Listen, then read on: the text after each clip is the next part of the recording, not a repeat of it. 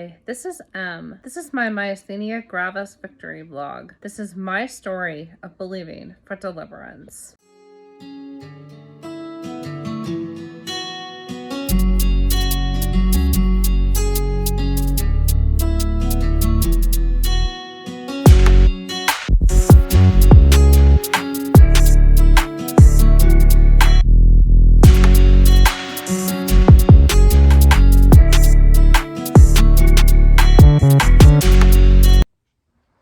Welcome to episode 11 of Emmeline's Deliverance Vlog.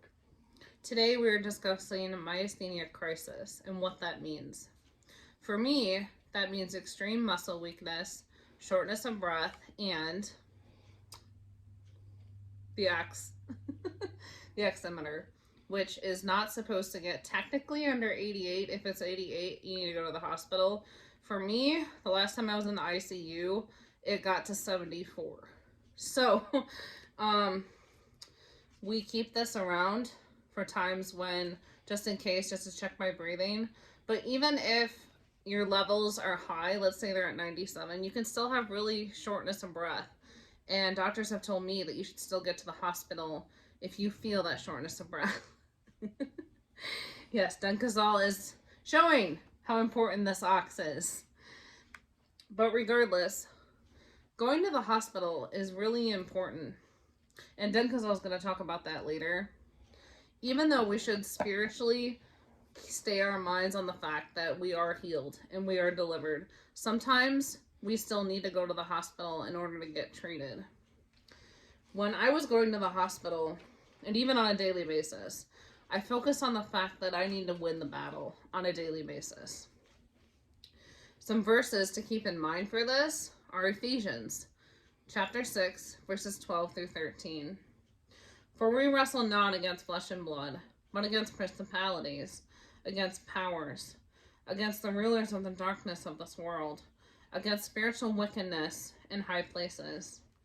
Wherefore, take unto you the whole armor of God, that ye may be able to withstand in the evil day, and having done all, to stand. Another thing to keep in mind is not to quit, no matter what.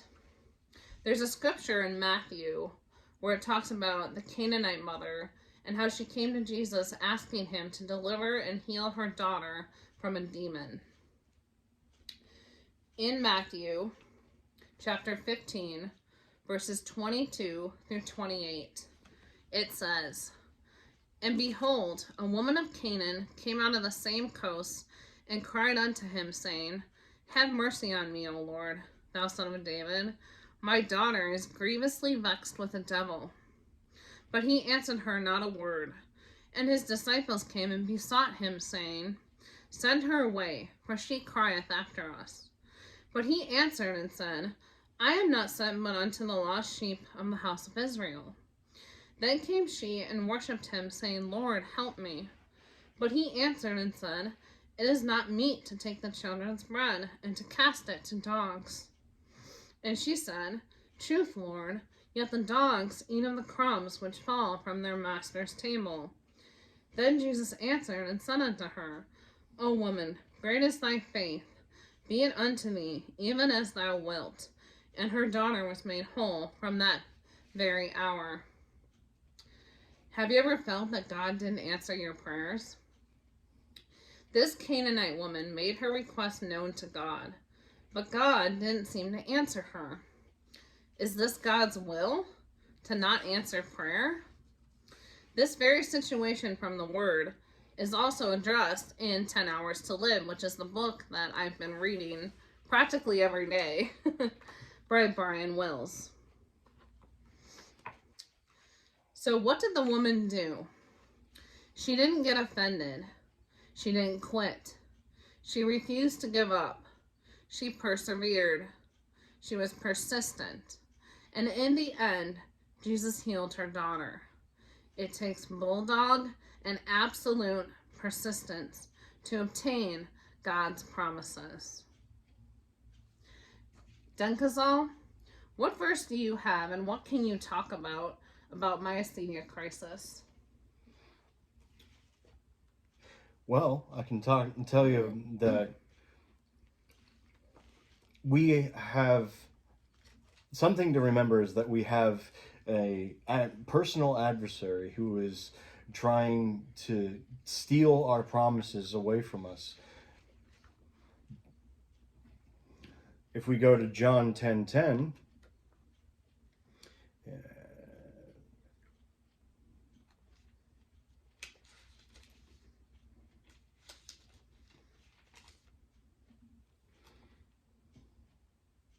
the thief cometh not but for to steal and to kill and to destroy. I am come that they might have life and that they might have it more abundantly. I being Jesus Christ. So whenever you're struggling with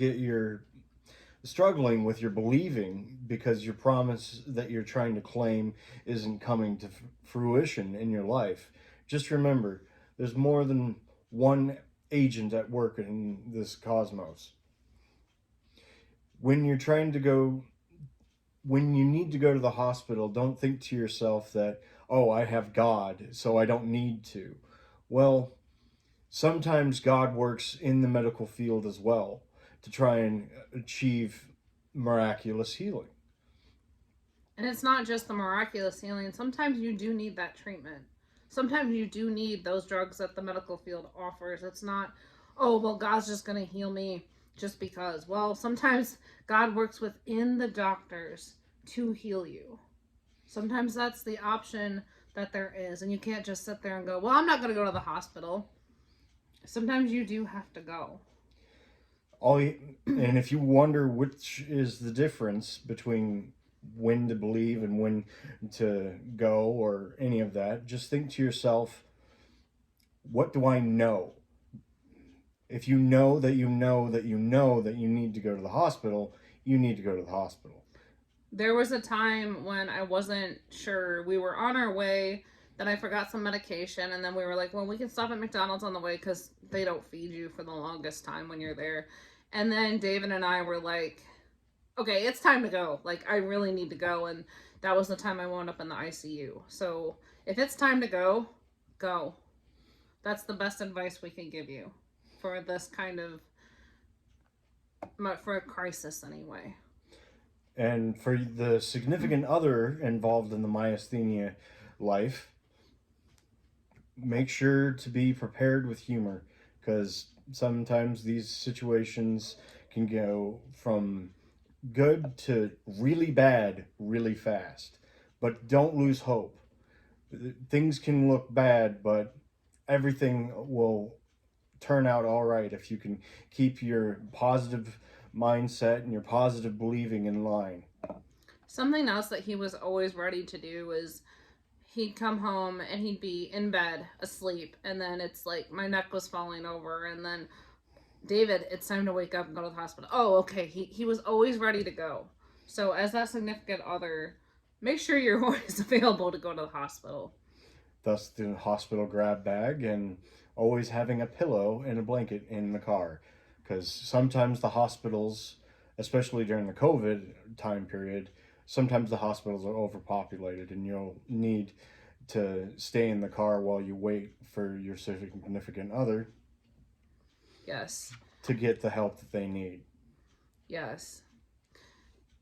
Next week, we're going to talk about pushing through. God bless you.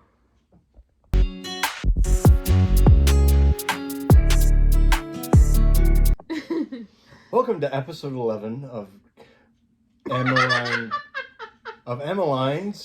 deliverance vlog. Today we are discussing myasthenia. I can't even. That's why you're a millennial. You know what? Waka waka waka waka waka. Waka waka waka waka waka waka waka. Pac-Man, ladies and gentlemen, has entered the building. It's in your hair. Ow. Oh, I'm sorry. I didn't mean to hurt you. You pulled my hair. I'm sorry. I make it better. You has a bunny. I have a bunny. Ladies and gentlemen, the O2 owner. Waka waka waka waka waka waka. Ow. That hurts. Let's see if it fits. Let's see if it fits on yours.